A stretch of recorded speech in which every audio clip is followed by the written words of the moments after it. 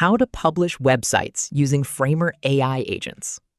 First, open your web browser and go to the official Framer website. Sign into your account and open the website project you want to publish. Once your project is open, Review your website to make sure everything looks the way you want. Check your text, images, buttons, and links. If you need to make any last-minute changes, open the AI agent panel and describe the updates you want. For example, you can type "Improve the hero section," add an FAQ section, and make the call to action button more noticeable. The AI agent will update your website automatically. After you're satisfied with the design, click the Publish button in the top right corner of the editor. Next, choose your website's domain.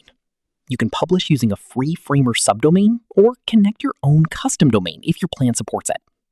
Framer will build your website and make it live on the internet. That's it. You've successfully published a website using Framer AI agents. If this tutorial helped, don't forget to like this video, subscribe to the channel, and turn on notifications for more AI tutorials, web design tips, and easy tech guides.